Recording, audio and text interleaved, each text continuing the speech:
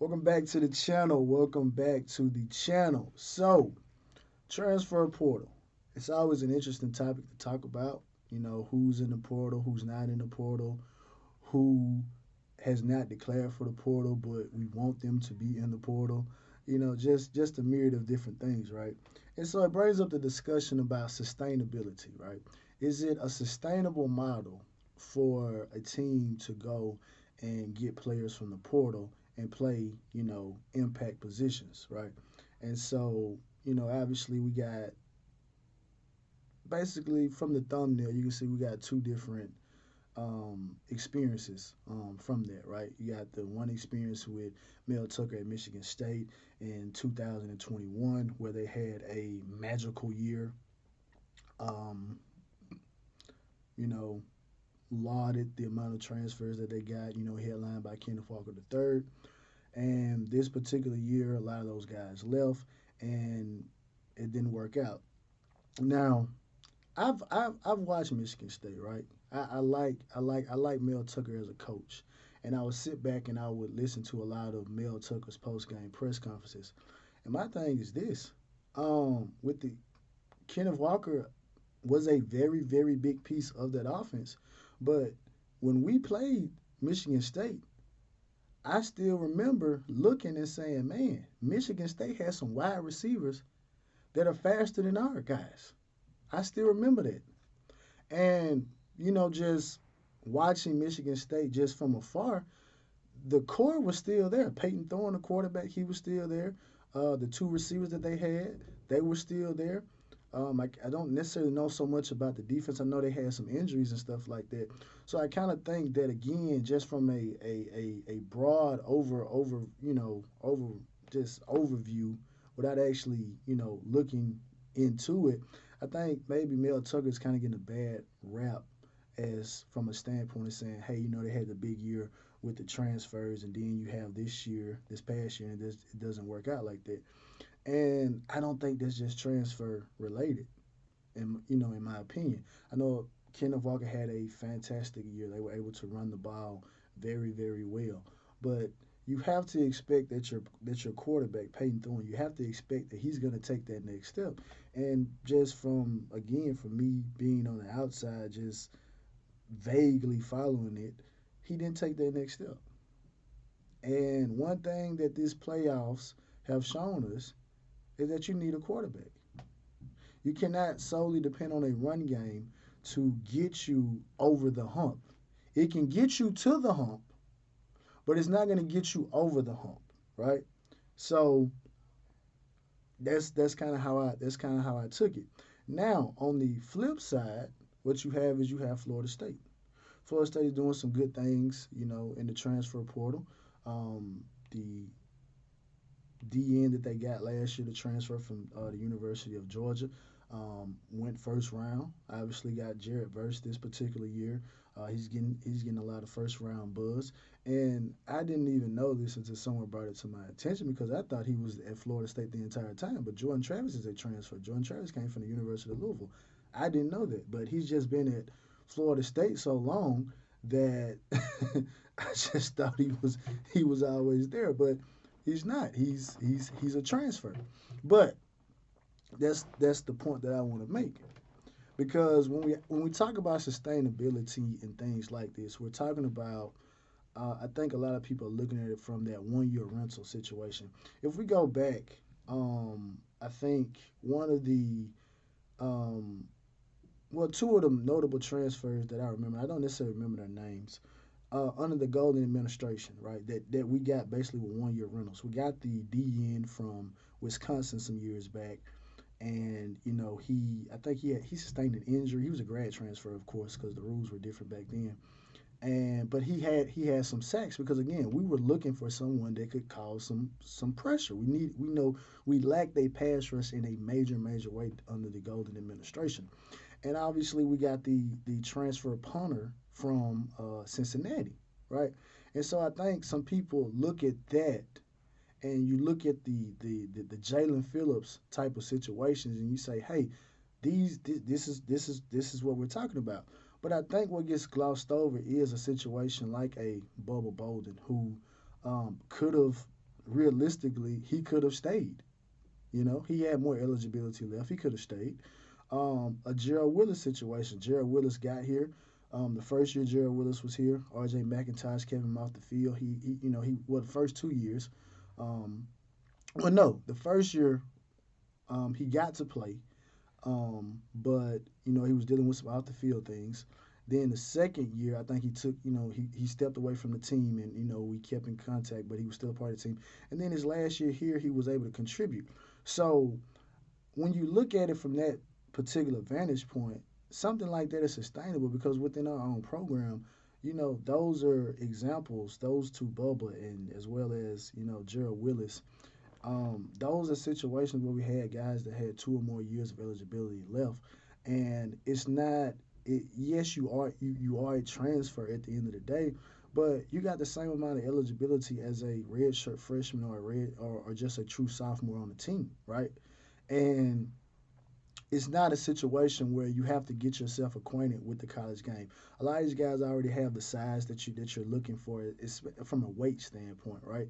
So it's not like you're getting guys who are, and sometimes you might, right? You might because it's some true freshmen that have left, hopped in the portal, like that. But again, it's just like it's an additional recruit, right? It's an additional recruit. So it's still this thing is still in its infancy. When we look at this about something that can be sustainable, because Streeter has talked about this before, and I agree wholeheartedly with something that Streeter said.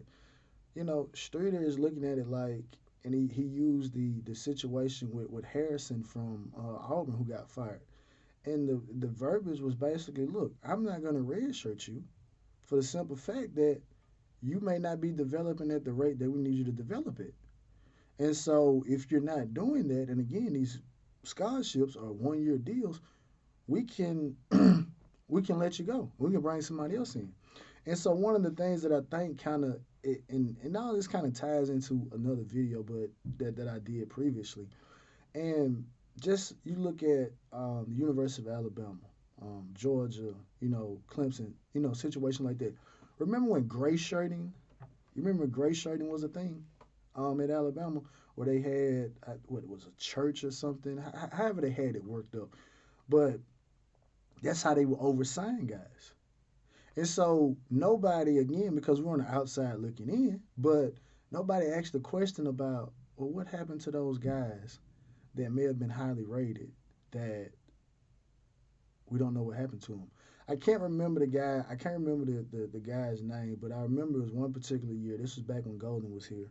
I don't know if it was. I don't know if it was Ridley, but it was like three guys, right? It was a trio of guys, and the word was that they were going to all three sign with the University of Miami, right? I think one of them. One of them. I want to say one of them was Ridley, and I can't remember the other two guys' names, right? But the rumor was all three of them were going to sign with Miami, or we're going to commit, not sign, but they were going to commit to Miami. And over the course of 24, 48 hours, um, maybe some, maybe some charges, some challenges, or whatever happened. But anyway, they ended up committing to the University of Alabama. Now, what's interesting about that is that only one of those guys actually made it, and nobody talked about what happened to the other guys, right? Nobody talked about what happened to the other guys. And in a situation where you have everybody's not gonna have a Alvin Kamara type of deal where you just leave, you go JUCO, then you come back to Tennessee and you still make it. You're gonna have guys that go down to JUCO, get forgot about, and they don't leave JUCO, right? Or if they do leave JUCO, they end up going to a Marshall, they go to a West Virginia, they go to a school maybe out west that we forget about. And so when we talk about it, and I'm tying all this back in together, is when we talk about is the transfer portal sustainable? And I'm just thinking like the transfer portal is essentially the same thing that a lot of these schools have already been doing. You're processing guys out. And before this rule, these guys had to leave and go to JUCO. I played JUCO football, and we would look at the roster of some of these guys, And the rumors would be like, oh yeah, man, he came from Florida State, or he came from Miami or something like that, or Alabama. Situations like that. And that's how those guys would be funneled out of there. And so, if the transfer rule had been in effect back then, a lot of those guys could have realized that, hey, this isn't working out for me. I remember it was a guy, um, he from Mississippi. He came out 2008, right? I can't remember his name. He came out 2008, but he's from Mississippi. Played against Julio Jones in the Mississippi Alabama All Star game, and from reports, put clamps on Julio. He ended up committing to the University of Alabama. He didn't make it. Why didn't he make it? Because he didn't like to tackle. He wasn't physical enough for Coach Saban. And so what ended up happening with him is he ended up transferring out to the University of Southern Miss back in Mississippi, and that was the end of it. He had a stepbrother or half brother or something that ended up going to the University of Auburn that played wide receiver, right? But it didn't work out. So again, when we talk about is the portal sustainable, let's think about let's do our due diligence and let's talk about a lot of guys who get forgotten about. A lot of guys that we make a lot of noise about in high school to say, oh man, we need to get this guy, we need to get this guy. And they go to the school and again we just do a overview because again what I'm noticing now the more as I do more content I realize that a lot of people that's what they do. They just concern themselves with issues pertaining to the University of Miami, and that's fine, right? That's fine. But me, I just can't do that. I love watching football. I love college football, NFL football, high school, JUCO, all this, HBC.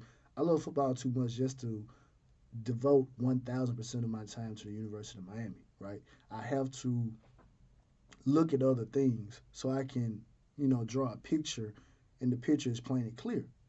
So again, when we ask the question again, and I know I'm repeating myself, when we ask the question again, is this sustainable?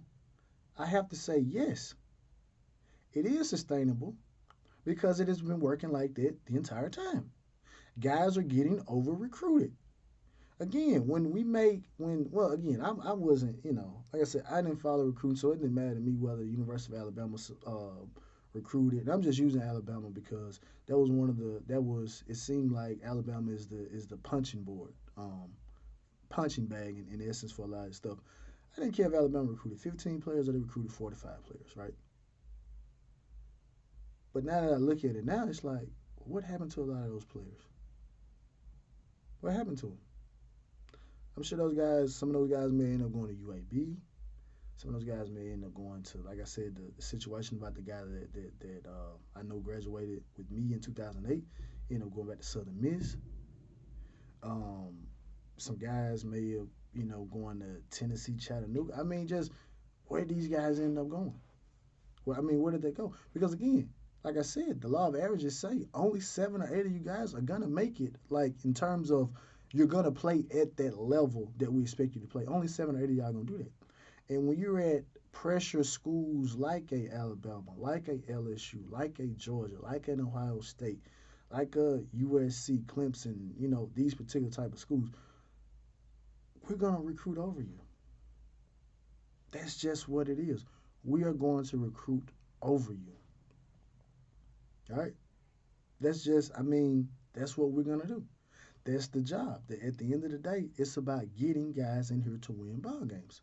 So, again, like I say, looking at the Michigan State situation, going back to that, and I'm coming to a close. Again, I think if you really just sit back and look at that, yeah, Mel Tucker, that they brought in a lot of, transfers. But again, all those transfers were not guys that contributed.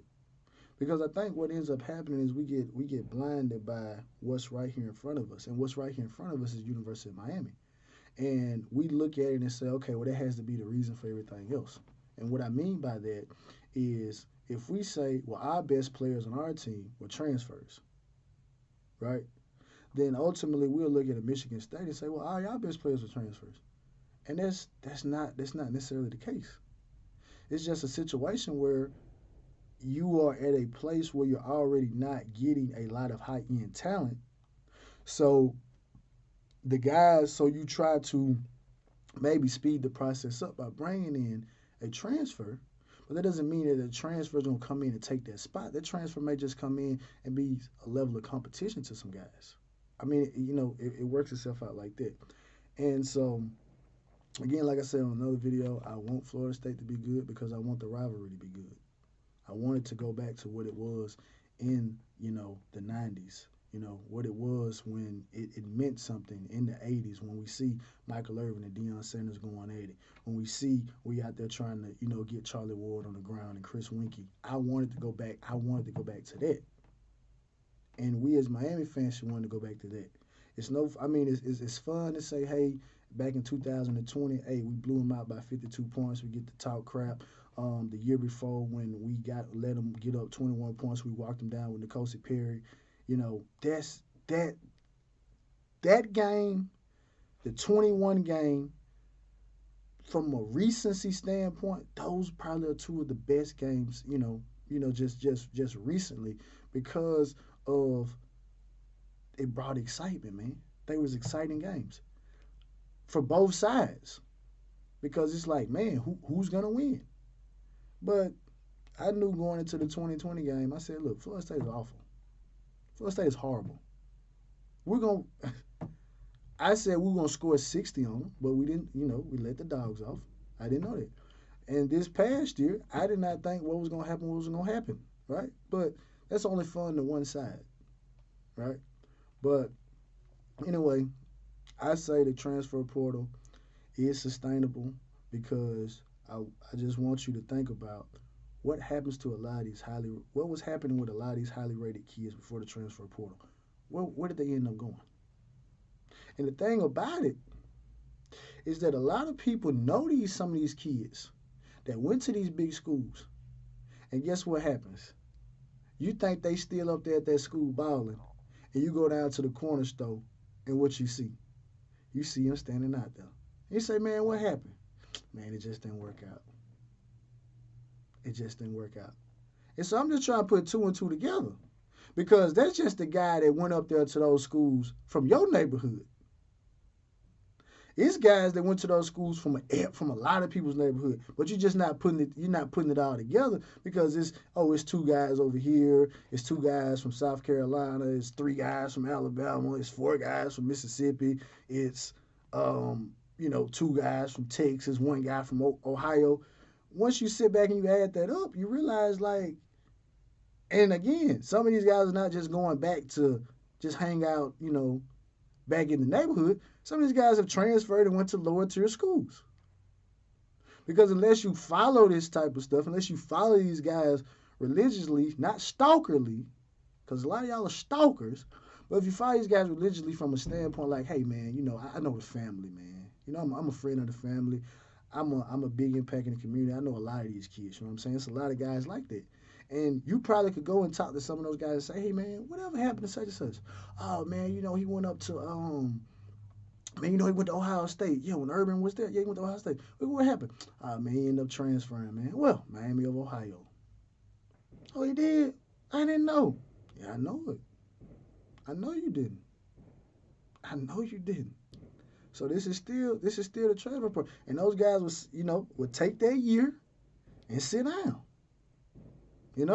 Or like I said, or they go down to a lower tier school where they didn't have to sit down for a year and they get lost in the sauce. So again, I just think it's in your face right now as far as the transfer portal thing. But at the end of the day, I do think it's sustainable. I do think it's sustainable.